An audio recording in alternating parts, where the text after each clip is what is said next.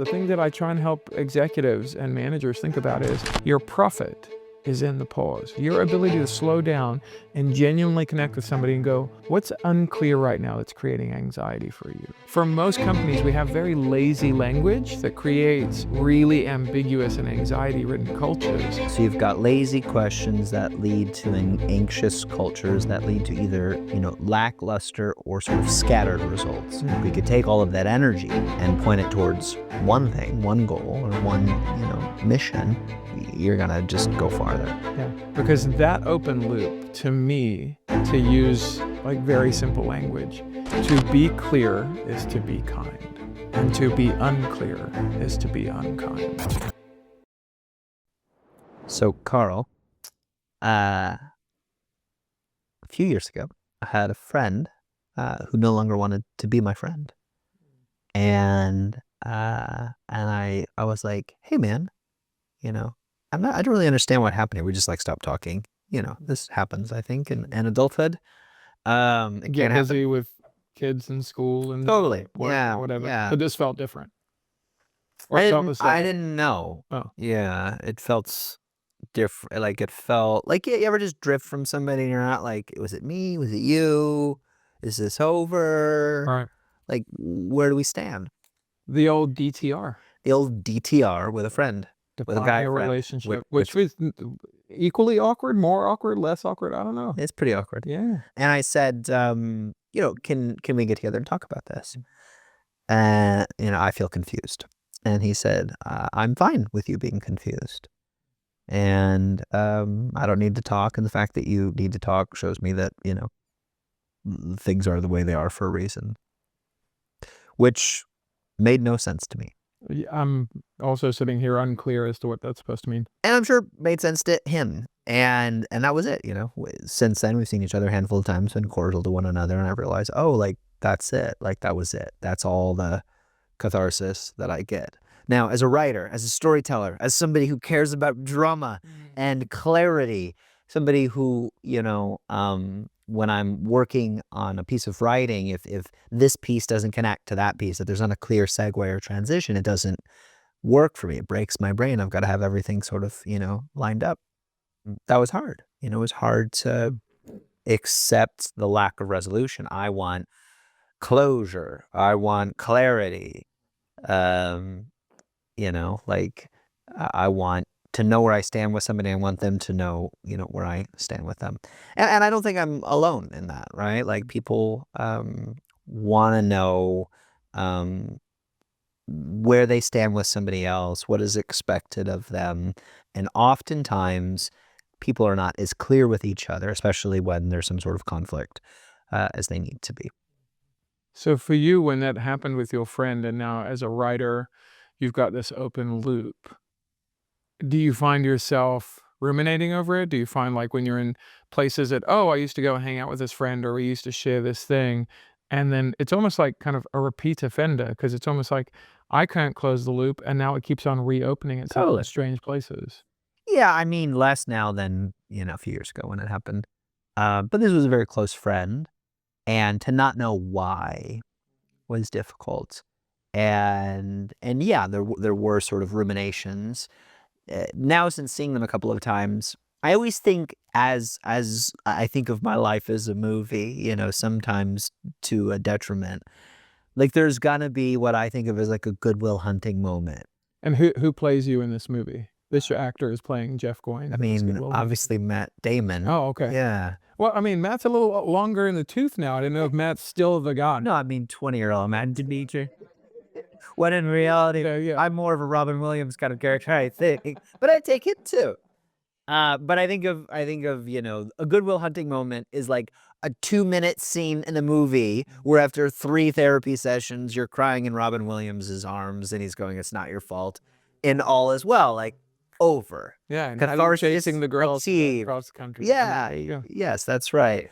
And like that's not like a lot of life isn't that way, where you're like yearning for that catharsis, where you want to make meaning out of whatever this conflict was, and it's just not there, And I think this has to be one of the largest suffering points for us as humans, whether it's personally or professionally, because that open loop, to me, to use, like very simple language, is supremely unkind.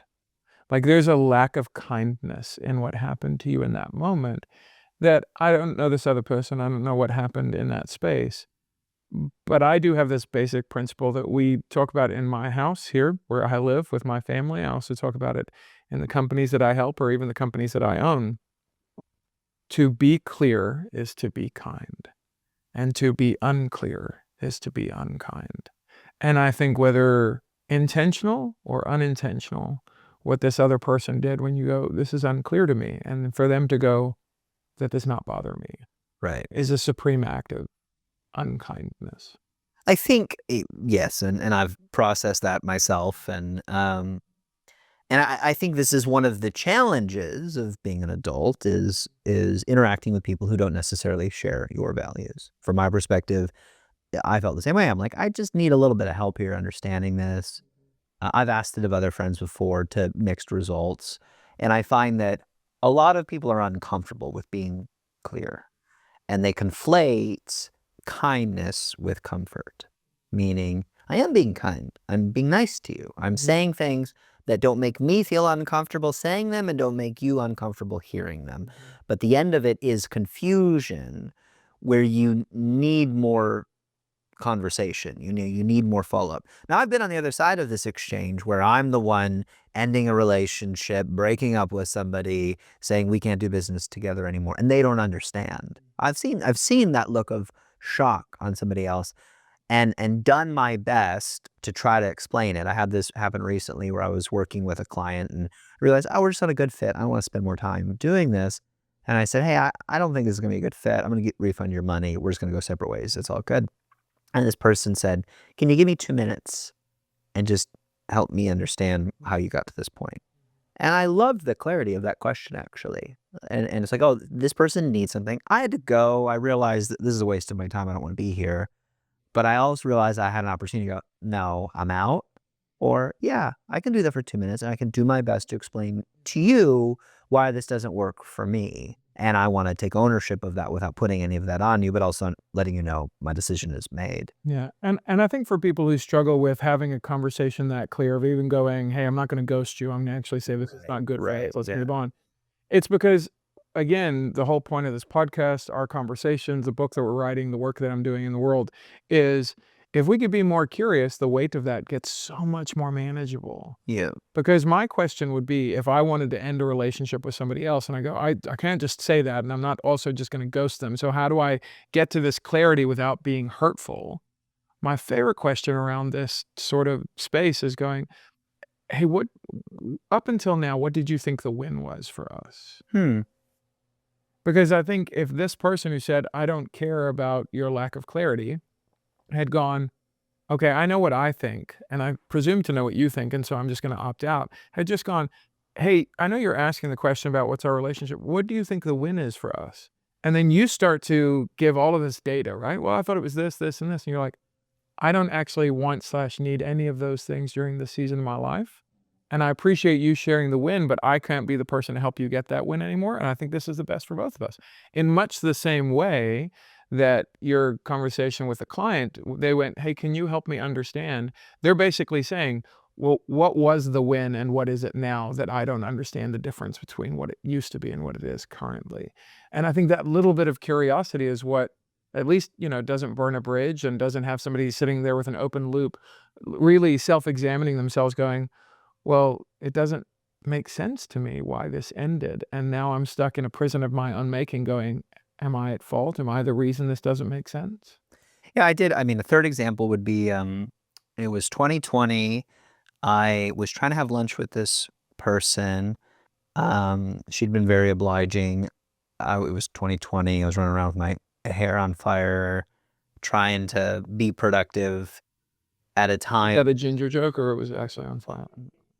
Trying to be productive when it was hard to be productive. I don't know what that was like for you, but like summer of 2020, it was like there were no real obligations and I could work every day for 12 hours a day or like do nothing. Nothing. And I would kind of vacillate between those two 100%. extremes, All meetings were canceled, all in-person stuff was canceled, and I was just sort of like, what am I supposed to do? So I would try to fill, my days with all kinds of frenetic activity.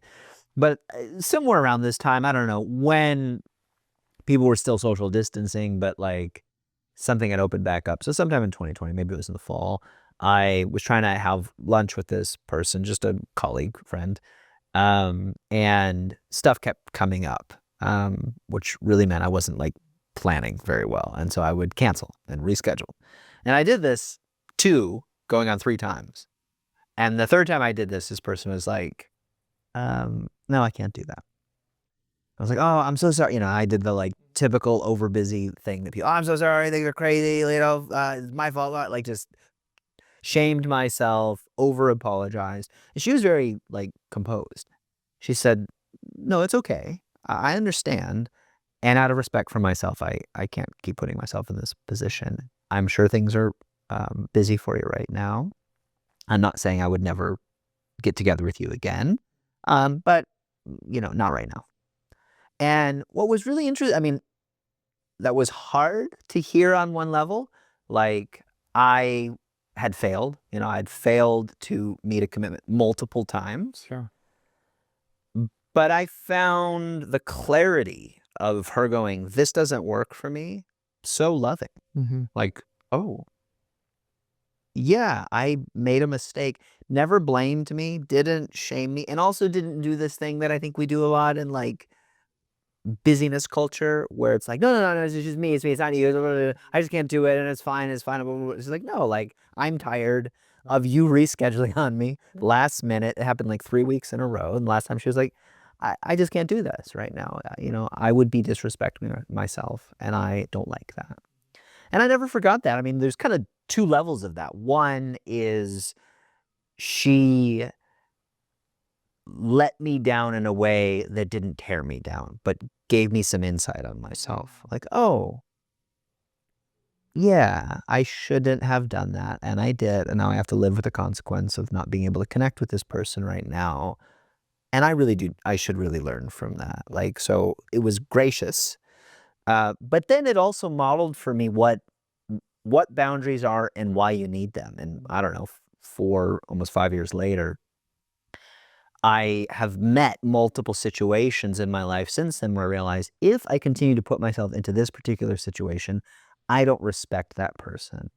So this actually has very little, maybe even nothing to do with you. I just can't do that. And I don't need you to understand, agree, or whatever, but I will do my best to help you. Like, I'll explain it to you. And I love your phrase, she let you down without tearing you down. Yeah. In our work, we talk about this idea of my role in clarifying is not to call you out, but to call you up. Because in our culture, we're like, oh, you got called out, or oh, they're going to shame you, or, and it's like, no. I see a better version of you. And like you said, whatever we're doing right now is not creating the best version of you.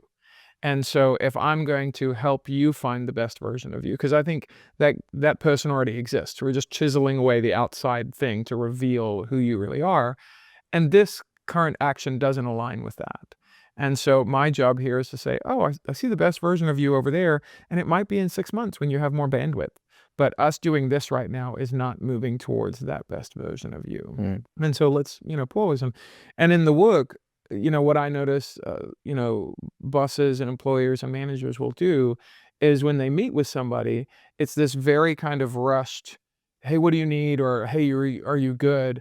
And they're asking these massive questions that actually don't promote clarity. It actually promotes a lot of anxiety because they're going, my job doesn't make sense. Your question doesn't make sense. I don't know if any of this makes sense right now. And it just adds a metric ton of anxiety. And so that's why we talk about to be clear is to be kind, because that's a really unkind thing to do. Somebody else is just to crank their anxiety to 11. Right. Especially, and I would say it's really unkind unintentionally. Most people are not going around going, let me ask a terrible question that's going to make you super anxious. They're just going, I'm moving fast, you're moving fast. And so as we move fast, across each other, there's more scraping than synergy.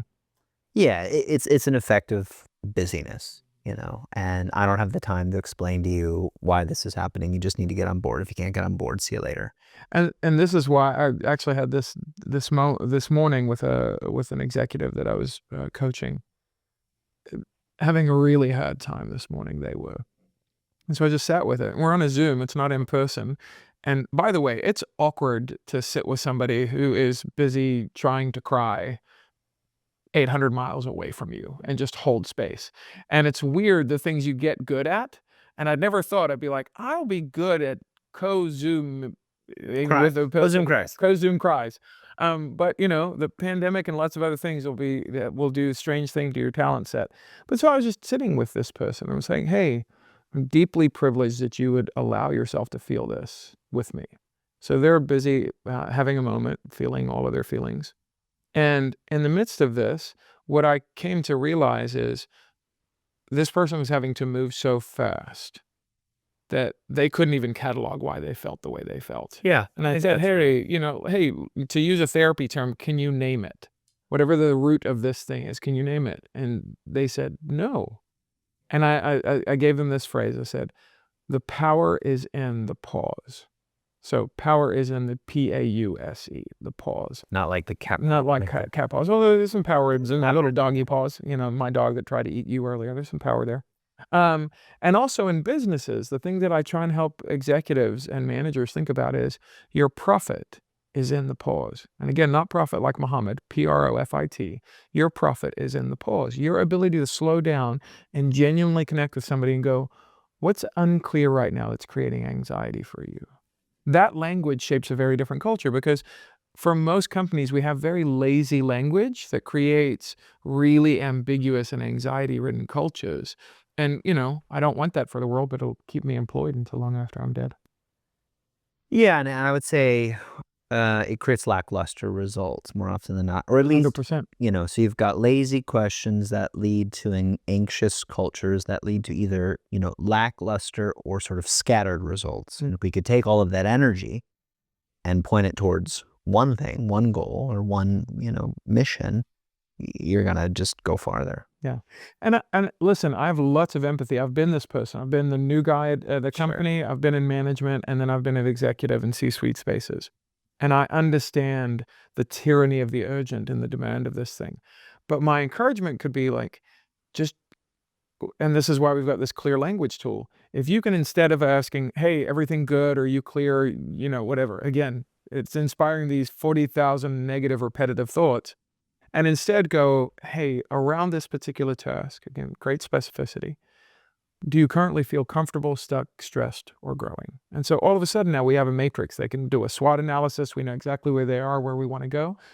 But in that moment, I've taken it from this very vague, huge conversation to you good, which has no place to go. It's just very unclear. And also puts a lot of responsibility on me. Like, hey, if you're not good, that needs to be you and your problem. And now all of a sudden, hey, we're together. Currently, are you feeling comfortable, stuck, stressed, or growing around this thing? Now there feels like there's more partnership and it's hyper-directive. Because the first question somebody's going to ask is, I don't know what those mean.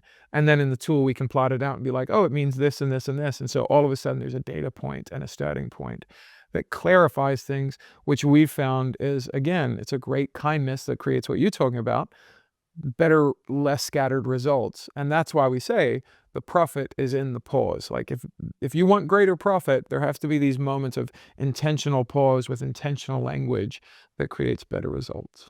Why? Because by pausing, you're able to kind of see what the situation is and then make the next right move that much more productive and clear. Yeah. It's the ability to stop and go, what's the win? Because to your earlier illustration with your friend, it kind of ghosted, nothing was happening. And it wasn't until you paused and said, hold on, why is this? And they said, hey, would you mind pausing with me? And they went, no. Right. That all of a sudden, at least that data point gave you the clarity that this is not a space I should spend continual energy long. Yeah. But had you kept on not having the conversation, it would have been this weird nagging thing that would just always sat around. And eventually when you did pause, it was so long ago that you're like, I don't even know. Was that them? Was that me? Right.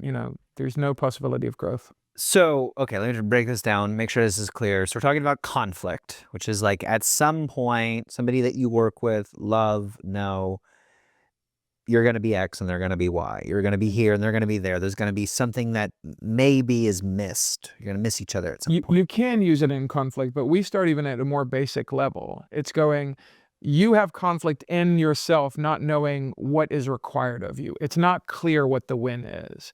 And so around a specific responsibility, so let's go back to the social media manager. You're saying, hey, Carl, I'd like you to post on Instagram by Friday. And today is Wednesday. And you're going, hey, around that responsibility right now, are you good? Again, it's too big. Like there are too many pieces involved, even with a responsibility that small. Instead, we would say, hey, are you comfortable, stuck, stressed, or growing? And on the matrix, it lets me know, do you have the training and resources available to you to actually do the job? And do you understand the value and the purpose and the urgency of this particular task?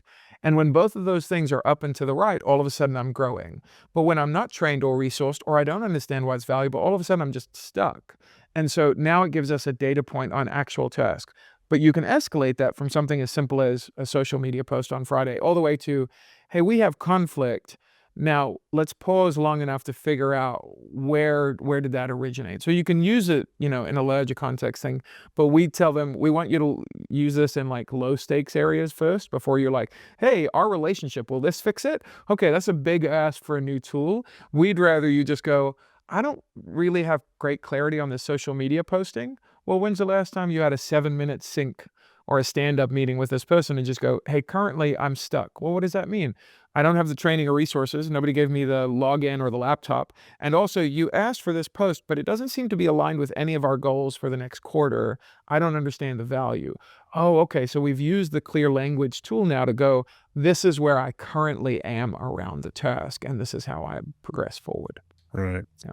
So, the underlying question is, does this make sense? And the reality is most people are being asked to do things on a daily basis that they don't fully understand and don't feel like they have the space or time to even ask, what exactly am I supposed to be doing? 100%. So the onus is on the leader to give them sort of a spectrum of, from stuck to, what was it?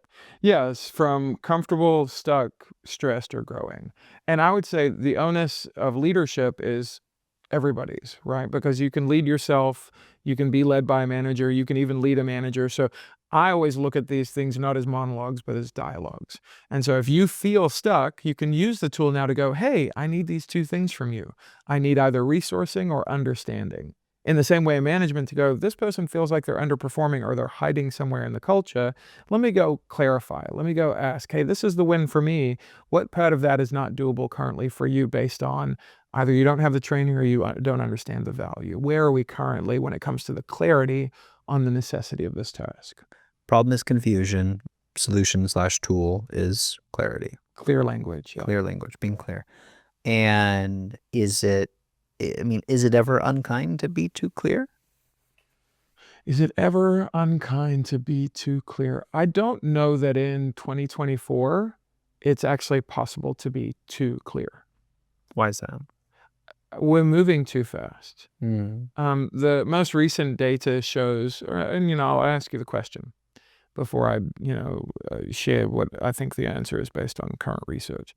If I were going to ask you, how many times do I have to share something, communicate something, clarify something before you understand it to the degree that I do? How many times do you think that is? I mean, the conventional knowledge, being a marketing guy, is 7. I've heard up to 14 and beyond, but Yeah. something in that range. Yeah, for sure. Up until about 2018, 2020, the conventional wisdom said 7 times I have to communicate something. I have to clarify it. I have to be too clear before you get it to the degree I do.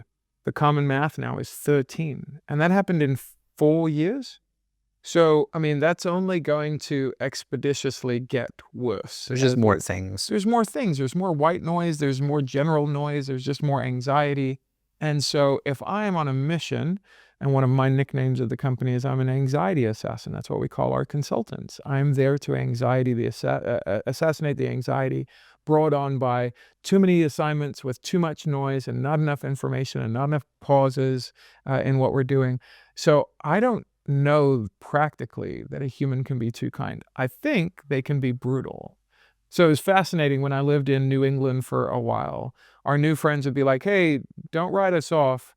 We're just brutally honest. And what was funny is this was happening in a spiritual context. And I was like, your spiritual, kind of guide, there's no brutality in that person, in that divinity.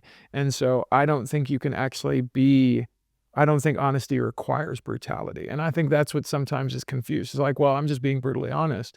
Well, those two things are not mutually requisite. I don't have to be brutal to also be clear. And I think to your earlier point, that's where we get lost a little bit. It's like, I can be clear while still creating a space of curiosity of going, hey, we're going to get to this clarity together. And this is also when we're using the conflict tool from earlier, right?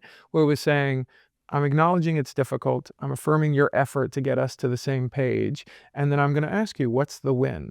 I can ask questions. I can be curious towards the direction of clarity without having to assassinate somebody else's character, or assume that they're idiotic and I'm the only person that can bring clarity to the moment. Brutal honesty seems to be expediency. You're just moving quickly and kind of lazy. Mm. Yeah. It is sort of held up as a virtue. Yeah. Like, I'm brutally honest. It's like, you could just be honest Right. without the brutality. You could 100%. just be clear. Mhm. That doesn't require you to, obfuscate or walk on eggshells. It just requires you to, and it doesn't, you don't have to like punch somebody in the nose with your words either. Yeah. And I think for me, the last idea around this is, if I can imagine the other person as their 8-year-old self, I don't want to be brutal to them. Right, yeah. Like, this is another inquisitive little human running around on this rock like I am. And if I can walk into that meeting going, whatever you're showing up as now is a response to fear or hurt or scarcity. It's a fight, flight, or freeze mechanism. But if I can imagine you walking in as a scared 8-year-old going, this doesn't make sense. Can you help me make the world make sense? Yeah, I'm all in to help you do that. And then we get curious, and then we can find the truth somewhere in the midst of all that without being brutal to each other. So, 2 questions. One is, what do you do if you're the person bringing clarity and the person receiving it doesn't like it? They feel like you're being brutal. They feel like you're being mean or aggressive or too pointed. Yeah, it's a really good question. I think the times that I've encountered that, I just kind of go back to, hey, I don't want you to feel that way. Can you tell me what you think the win from this conversation is? Because it typically means our wins are not aligned. If I'm trying to help them with their job, but they were trying to feel something, oh, I tried to fix it while you were trying to feel it. Yeah, Right? that makes sense. Okay, the other question is, what do you do if you're in the situation that I was in, where you want clarity, you're asking for it, it doesn't make sense, and it's not being given? Because I imagine, whether this is friendship, romantic relationship, obviously a work thing where your boss or manager is asking you to do something and doesn't want to explain it, which I think happens often, as I'm sure you have experienced and are aware. And they're not going to just figure it out, man. Just figure it out. Figure it out. Figure it out. Figure it out. Figure it out. What do you call it? Fitfo? Fitfo. Figure it out. Uh-huh. What do you do? Like, what do you do when you're not getting the clarity that you need? Short of quitting. Sure, yeah, but I mean, quitting is an option, It's right? an option, And of so course, yeah. I typically like to look at things in rules of 3. As again, I'm simple human. So the first time I'm going, hey, I would genuinely, and I use the word genuinely a lot because it's disarming. Hey, I'm genuinely trying to be helpful here, and I apologize if this isn't coming off, but I genuinely think I need your help to get to the root of this thing that is unclear to me. So I'll pose that to the person that I'm trying to get. And then you go, okay, Carl, they're still not giving it to you. Then what I will do is I will find somebody else who can help me have that conversation, who maybe has more capital with them. So in the issue of your friend, if there was another mutual friend, be like, hey, I think this relationship's going to go away, and I respect and value the history that I have with this person. Would you be willing to either let me know what I don't know, or would you ask them on my behalf? Can you help this? And this to me is like the healthiest form of triangulation, because it's not I'm trying to get around this person. I'm trying to help this person help me and get more data. And then lastly, if you've tried both of those things and nobody is willing to step in, it's an indicator that, oh, here's a boundary being crossed. And so whether it's a relationship or a workplace, I would start looking for places where people do want to be in a dialogue, want to be in a relationship where they're willing to have those clarifying conversations. The lack of clarity is sort of a form of clarity eventually. 100%. Yeah. It's hard. I mean, you are putting somebody in a state of stress if you're not being clear with them. Like you are causing anxiety, and if you're trying to lead or manage this person, it's not good. One of my colleagues is a process-oriented person. So when I plan something, it's like A, B, C, 7, 14, the end, Yeah. I was like, here you go. Here's got it. Here's the milk got it, with right? soup. That makes sense, right? That order makes sense. And it doesn't, and this person needs to go, like, there's a space in between A and B. How do I get there? And my wife likes to say of me, we read this book years ago about this line tracker, and he says, in line tracking, you don't know where you're going, but you know how to get there because you're just following the trail. My wife says to me, she goes, you're the opposite. You know exactly where you're going. You have no idea how to get there. You're just like, but you'll find it. We'll discover the path together. And I think that's the last thing on this is clarity happens in community. It's a collaboration. And the second the other person opts out, they're kind of telling you, oh, you should go find a different collaboration or should find a different community. And I know that that's terribly scary and really painful, but I'd rather know that now than put on the face of a relationship or a community or a culture or a company for 5 years and then wake up and go, hold on, did I unwittingly give my attention to this for 5 years? As opposed to being in things that are real and helpful and beautiful and moving in the right direction. Well, it's scary to ask questions that you don't want to ask that could lead to the end of even a not great relationship or a not great job. Yep. And so I think most of us don't ask those questions. We don't seek that clarity because we deep down know or fear the answer, which is, I don't want to do this with you, or not to that extent or at that level.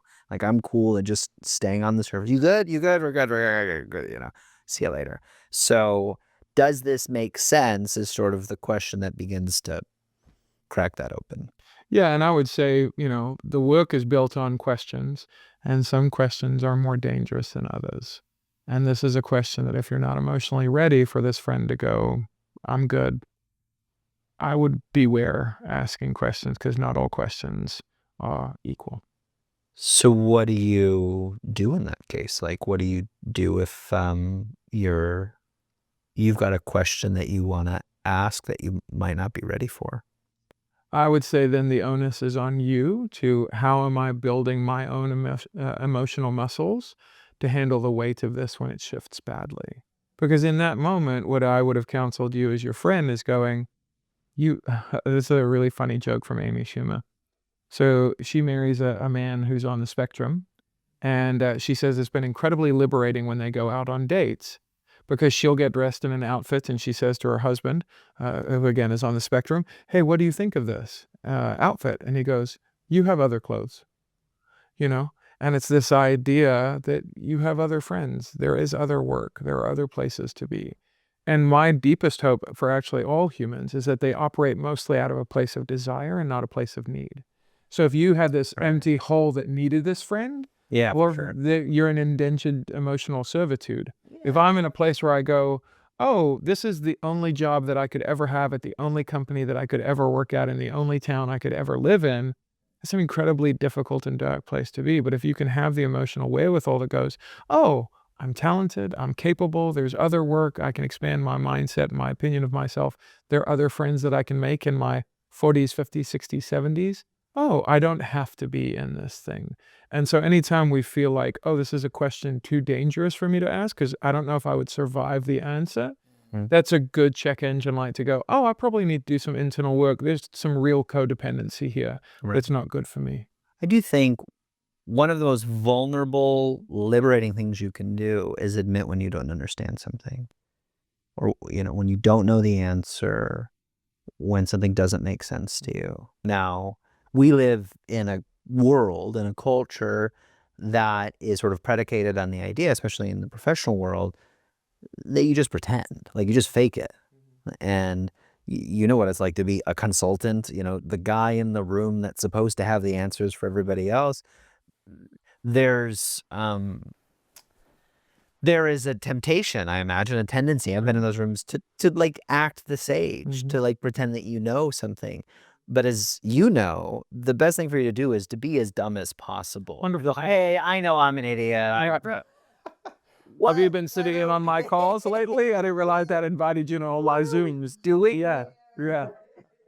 I think that's like that's the work of the sage. That's why you have this trope of wizard meets holy fool. Why when Luke Skywalker goes to visit Yoda, he's comic, he's funny, he's silly. There is a wisdom to pointing out the ludicrousness of our world. Like, hey, does this make sense? What do we do? That doesn't make sense to me. I'm a moron. Right. So why do you think that was? And then people go, I don't know either. just always done it that way.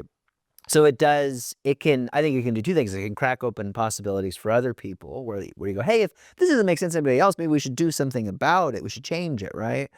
And then everybody goes, oh, okay, I was afraid to ask that. But I think the other thing it does for you, as you said, is it expands possibilities for you as well. Like it expands your worldview. That if you go, these are my only friends, this is my only community, this is my only job, I can't leave here. Like that's a pretty small box. And you're only going to ask so many questions from that small of a container. But if you admit that you don't know, that it's not totally clear, that more is at least possible because you don't know everything, it just invites curiosity, which invites possibility, I think. Very well said. And I think that question, which is, what we can end on with this, that's so powerful because every word is so well chosen. Can you help me understand? Can is this possibility word that you're just talking about. It expands our universe. Can. Yeah. I don't know. Right. Yeah. Not. Right. Can you, all of a sudden now it gives the other person in the conversation this deep sense of like respect. Like I'm asking you, can you, like, do you know a thing?